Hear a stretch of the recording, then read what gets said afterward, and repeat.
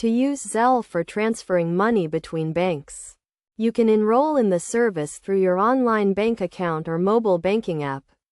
As nearly all traditional banks support Zelle, with only a few exceptions. Each bank sets its own limits on the amount that can be sent and received, typically around $3,000, although some banks have higher limits, which can be checked on the bank's website. Zelle identifies users through their phone number or email, and to confirm account ownership, a one-time password is sent to the registered phone or email.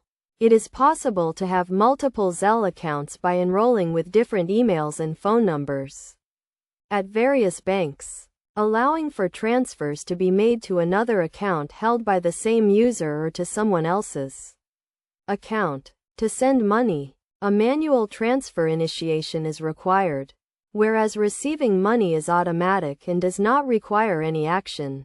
Overall, Zelle can be used to send money to someone else's bank account or to transfer funds to an account held at a different bank.